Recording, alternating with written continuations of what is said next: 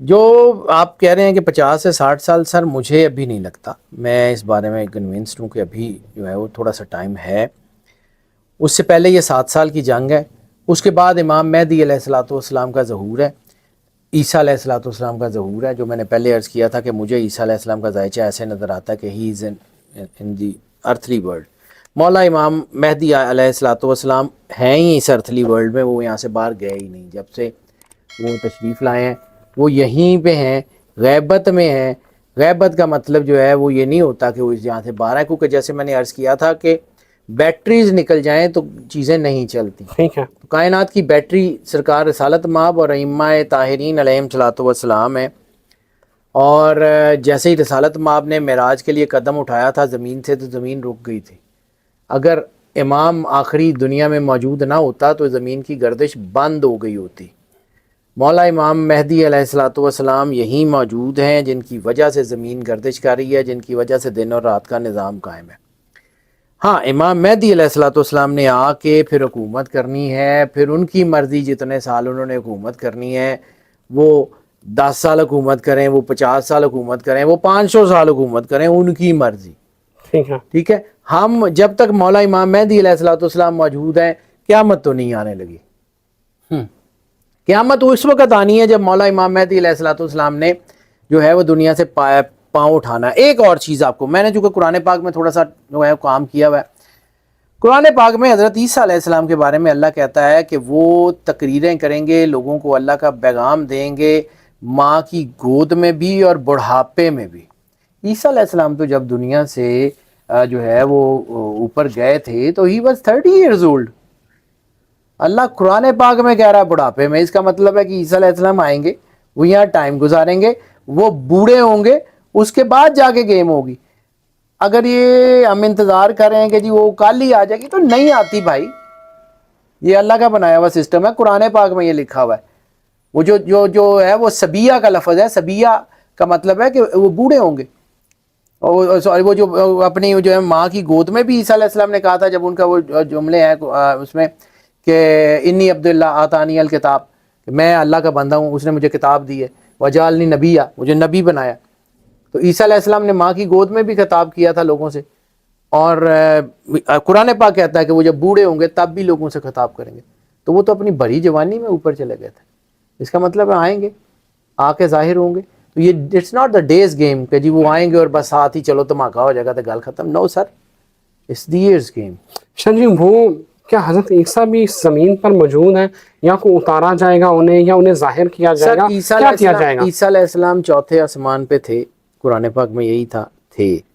میں اپنے علم کے مطابق گائیڈنس یا اندازہ تو لگا سکتا ہوں، 100% میرے ہاتھ میں کچھ نہیں ہے.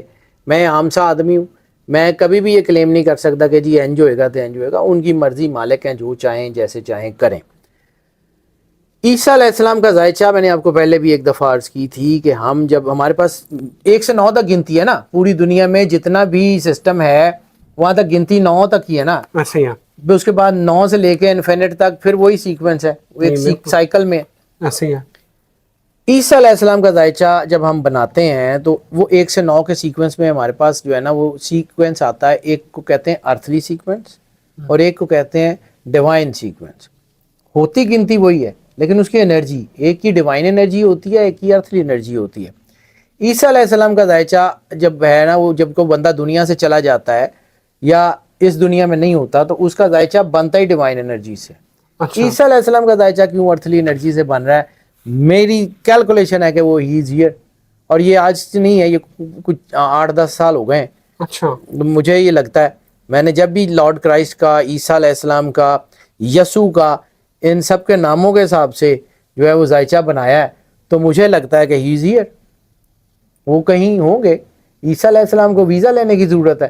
یا مطلب کیا آپ لوگوں نے مطلب یہ سمجھ نہیں آتی کہ کائنات کے جو مالکوں کے چنے ہوئے لوگ ہیں، سیکنڈ ان کمانڈ ہیں نبوت کے، بھلے وہ جو ہے وہ دنیا میں تشریف لائیں گے تو وہ رسالت مآب سرکار ختمی مرتبہ سرور انبیاء کے امتی کی حیثیت سے آئیں گے، لیکن سیکنڈ ان کمانڈ ہے نبوت کے.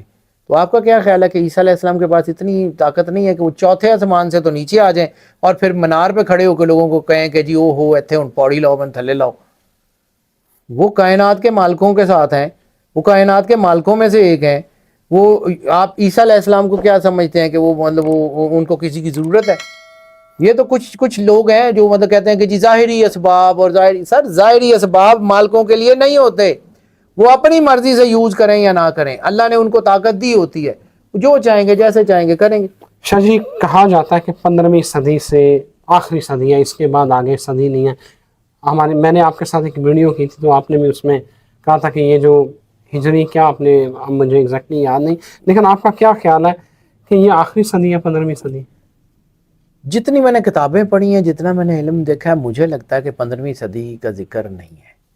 اور 15ویں صدی اب اگر ہم ڈیسیمل سسٹم کے تحت دیکھیں نا, ڈیسیمل سسٹم کے تحت تو 1444 اس وقت چل رہا ہے. 1444 کا مطلب ہے کہ 14ویں صدی کو ختم ہوئے 44 سال ہو گئے. بالکل صحیح ہے. اور اگر ہم دوسرا دیکھیں, وہ جو سوائی ڈیڑے کا نظام ہے جو عرب کا اور ہمارا پرانا نظام تھا, تو اس میں دیکھیں تو ہماری اکائی بدلتی ہے 1550 پہ. ٹھیک ہے. تو میں نے آپ کو عرض کیا تھا کہ مجھے لگتا ہے کہ 1475 تک کچھ نہ کچھ بدل جائے گا, لیکن وہ بدلے گا اس کے بعد جو ہے وہ چین آف کمانڈ ہے. آپ اس چیز کو کیوں بھول جاتے ہیں کہ کمانڈ مولا امام مہدی علیہ الصلوۃ والسلام کے ہاتھ میں ہے. وہ اس ٹائم کو بڑھا سکتے ہیں, وہ اس ٹائم کو کم کر سکتے ہیں, وہ اس ٹائم کو جیسے مرضی چلا سکتے ہیں. رسالت مآب نے ان کے بارے میں کہا تھا, خود کہا تھا کہ میں دیکھ رہا ہوں کہ وہ جو میرا قائم ہے وہ دنیا میں ظہور کرے گا, اور وہ بالکل ایسے ہی ہوگا کہ جیسے میں. یہی لفظ ہے رسالت مآب. اور ایک اور جملہ مجھے یاد آ گیا, میرا خیال ہے ابو داؤد میں یا ابن ماجہ میں. رسالت مآب مولا امام مہدی علیہ الصلوۃ والسلام کے فضائل بیان کر رہے تھے, تو ایک صحابی موسٹ لائکلی ابو ذر غفاری ہیں, میں غلط کوٹ نہیں کر رہا ہوں لیکن میرے پاس اس کا حوالہ بھی ہے, میں نے اس کو بہت دفعہ پڑھا ہوا ہے, متواتر اور مستند سندوں کے ساتھ حدیث ہے. ابو داؤد نے یا ابن ماجہ نے, دونوں میں سے کسی ایک نے اس کو لازمی جو ہے وہ کوٹ کیا ہوا ہے. رسالت مآب مولا امام مہدی علیہ الصلوۃ والسلام کے فضائل بیان کر رہے ہیں, تو حضرت ابو ذر پاس بیٹھے ہوئے, تو وہ مسکرا رہے ہیں.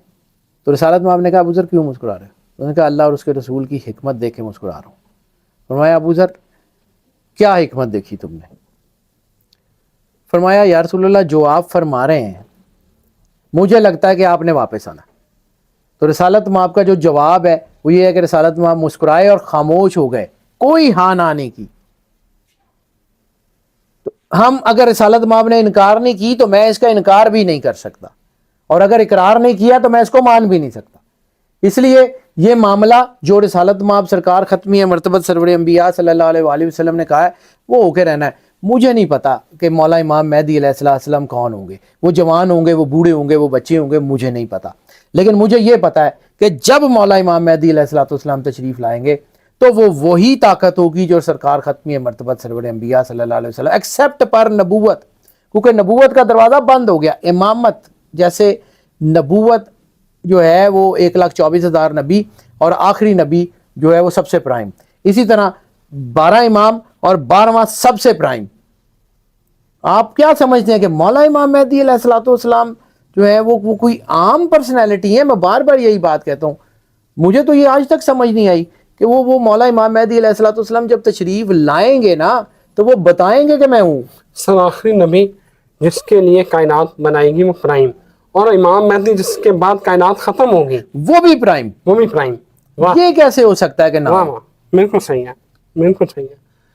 شاہ جی یہ آپ کی, اب آپ کو لگتا ہے کہ یہ جو حاشیے آپ کھینچ رہے ہیں اس کے مطابق پھر 1444 چل رہا ہے اور 1475 تک جو ہے نا وہ, مجھے لگتا ہے سر, میں بار بار یہی بات کہتا ہوں, میرے کہنے تے کھ نہیں جی ہونا تو میرے تے اعتبار بھی نہ کرنا.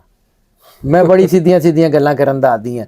میں اپنے اس گیون علم کے مطابق بات کرتا ہوں جو مجھے اللہ نے دیا ہے.